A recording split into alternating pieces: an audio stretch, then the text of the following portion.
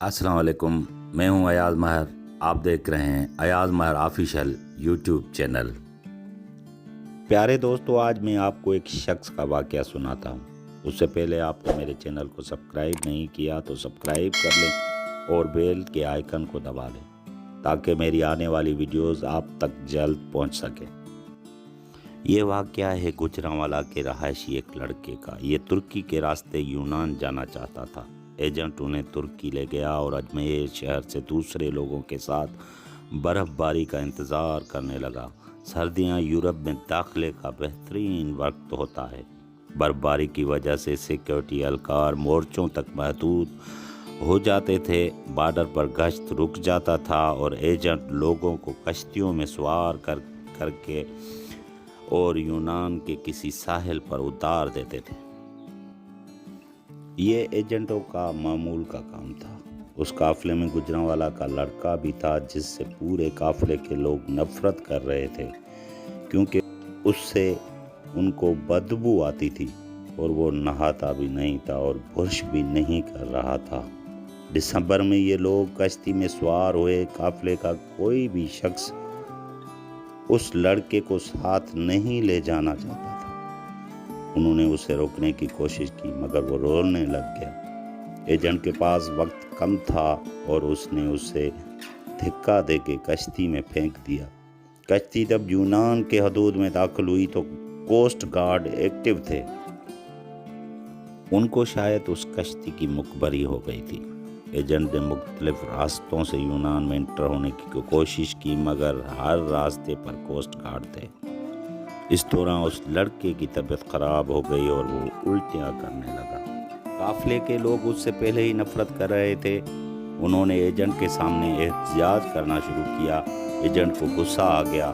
2 لڑکوں کی مدد سے اس لڑکے کو ٹھنڈے یک پانی میں پھینک دیا اور وہ ڈوبنے لگ گیا اور کشتی والے آگے نکل گئے۔ کشتی بس تھوڑی ہی آگے گئی تھی تو اس پر کوسٹ گارڈ والوں نے فائرنگ شروع کر دی۔ ایجنٹ نے کشتی کو واپس گھمایا مگر کشتی اپنا توازن برقرار نہ رکھ سکی اور پلٹ گئی۔ سارے قافلے کے لوگ پانی میں ڈوبنے لگے۔ ان میں ایک لڑکا ایسا بھی تھا جس نے خود کو سردی، خوف اور پانی کے حوالے کر دیا اور بے ہوش ہو گیا۔ جیسے ہی اس کی آنکھ کھلی تو وہ اسپتال میں تھا۔ اس کو عملے نے بتایا کہ کشتی میں سوار تمام لوگ مر چکے ہیں، صرف 2 لوگ بچے ہیں۔ اس نے دوسرے شخص کے بارے میں پوچھا تو ڈاکٹر نے اس کے بیڈ کا پردہ ہٹا دیا۔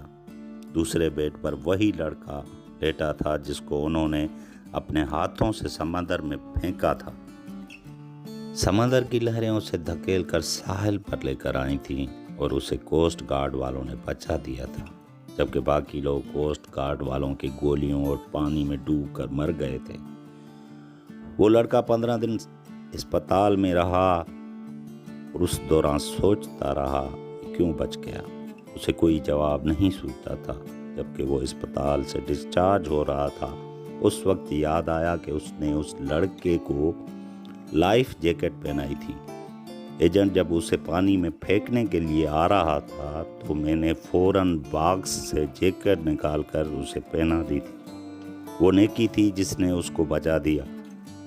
اسے جو ہی یہ نیکی یاد آئی تو وہ سارا وقت یاد کرتا رہا جس میں وہ لڑکا ان کے ساتھ رہا۔ اس کی وجہ سے ترکی میں بھی بچتے رہے، ٹھنڈے پانی میں بھی بچتے رہے، کوسٹ گارڈ والوں کی گولیوں سے بھی بچتے رہے۔ جیسے ہی اس لڑکے کو پانی میں پھینکا تو موت نے ان پر حملہ کر دیا۔ اس نے پولیس والوں سے گزارش کی کہ میں اپنے ساتھی سے ملنا چاہتا ہوں۔ پولیس والوں نے بتایا کہ وہ اس کا گاڑی میں انتظار کر رہا ہے۔ وہ جیسے ہی گاڑی میں داخل ہوا اور اسے گلے لگا، اس وقت اس کے جسم سے اس کو کوئی بدبو نہیں آ رہی تھی۔ اسے معلوم ہوا اس کے ساتھیوں کو اس کے جسم سے اپنے موت کی بدبو آتی تھی کہ ان لوگوں کی موت تھی جو اسے ان لوگوں سے الگ کرنا چاہتی تھی۔ جیسے ہی الگ ہوئے سب کے سب موت کی آغوش میں چلے گئے۔